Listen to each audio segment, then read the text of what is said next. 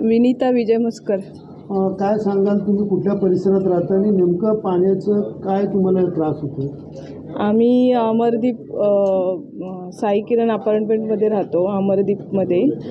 तर आम्हाला 2-3 महिने झाले, आता 3 महिने झाले जवळजवळ पाणी दूषित येतं आहे. आम्हाला बाहेरून पाणी मागवायला लागतं. आम्ही अर्ज पण केला होता पालिकेमध्ये, पण त्यांनी काय म्हणजे आमची व्यवस्था करून दिली नाही अजूनपर्यंत. लक्ष पण देत नाहीये. हां, काय मग या पाण्यामुळे कसला त्रास होतो ना. मुलं आजारी पडतात सारखी. काय मागणी तुमची?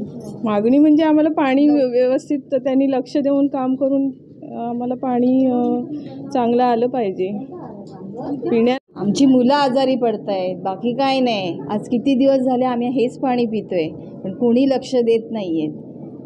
तुम्ही काहीतरी लक्ष देऊन इथे काहीतरी करायचं बघा ना.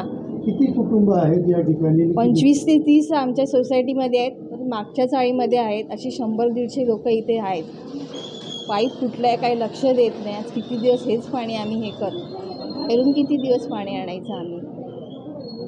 आपका श्यामलता पांडे. कहाँ पर रहते हो आप और कितने लोग यहाँ पर रहते? यहाँ तो बहुत लोग हैं, पूरा बिल्डिंग भरा है और का कह जाते।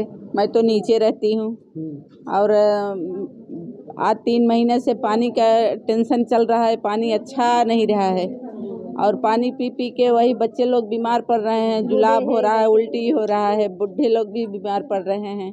बाहर से पानी हम लोग भर भर के ला रहे हैं, थक जा रहे हैं।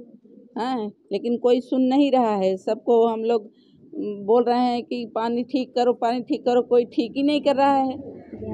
हाँ, हम लोग बहुत परेशान हो गए हैं पानी से। अभी क्या मांगे आपकी? और पानी वही ठीक हो जाए, अच्छा हो जाए, बस और क्या मांग करूँ। बारिश शुरू हो जाए।